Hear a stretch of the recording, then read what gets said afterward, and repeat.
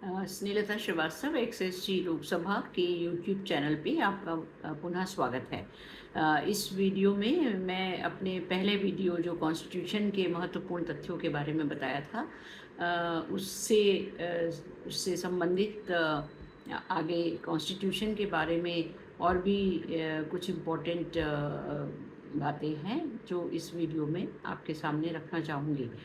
जो हमारा कॉन्स्टिट्यूशन है वो कई देशों के विधान से उसमें जो महत्वपूर्ण प्रावधान हैं वो लिए गए हैं। ये दुनिया का सबसे बड़ा संविधान है और सबसे ज़्यादा देशों से प्रेरित भी है। कम से कम 10 देश ऐसे हैं जिनके खास विधान हमारे संविधान का हिस्सा हैं। तो अमेरिका, यूएसए के संविधान से हमने मौलिक अधिकार, प्रस्तावना, न्यायिक समीक्षा, विधायिका, कार्यपालिका और न्यायपालिका के बीच सेपरेशन ऑफ पावर, कानून का समान संरक्षण, सुप्रीम कोर्ट, हाई कोर्ट के जजों को हटाने की प्रक्रिया, सदस्य दलों के जो सशस्त्र बलों के सुप्रीम कमांडर के रूप में राष्ट्रपति के पद का प्रोविज़न, ये हमने यूएसए के संविधान से लिया है।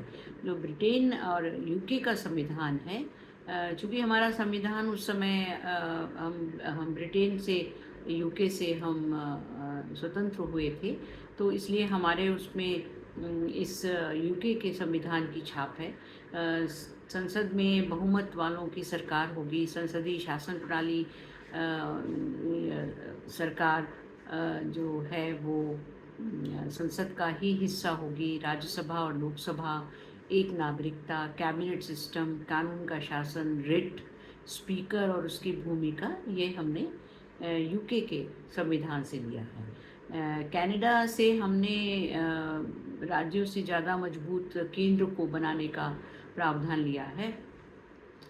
अर्ध संघीय ढांचा, जिसमें केंद्र सरकार राज्य सरकारों के मुकाबले काफ़ी शक्तिशाली होती है।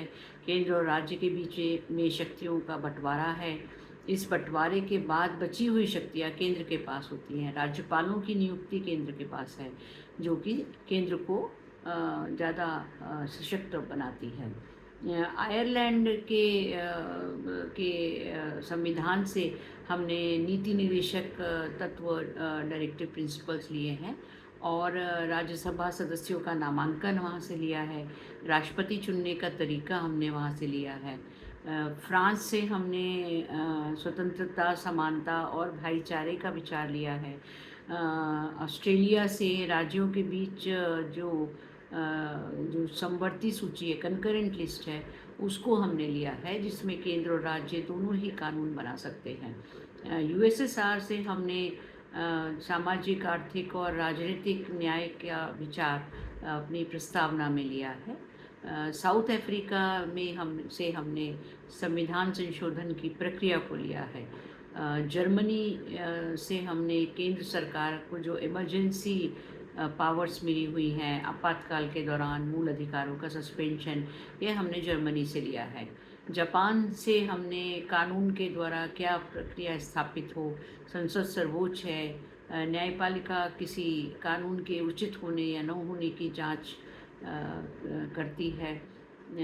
किसी न्यायपालिका एक्चुअली किसी कानून के संवैधानिक होने या ना होने की परख कर सकती है। ये हमने जापान से लिया है और ये संसद सुप्रीम है, इसको हमने उसमें से लिया है। तो ये मैं संक्षिप्त में आपको बताना चाह रही थी, क्योंकि ये महत्वपूर्ण जो तथ्य हैं, हमारे संविधान की विशेषताएं हैं, उनको जानना हम सबके लिए बहुत आवश्यक है। धन्यवाद।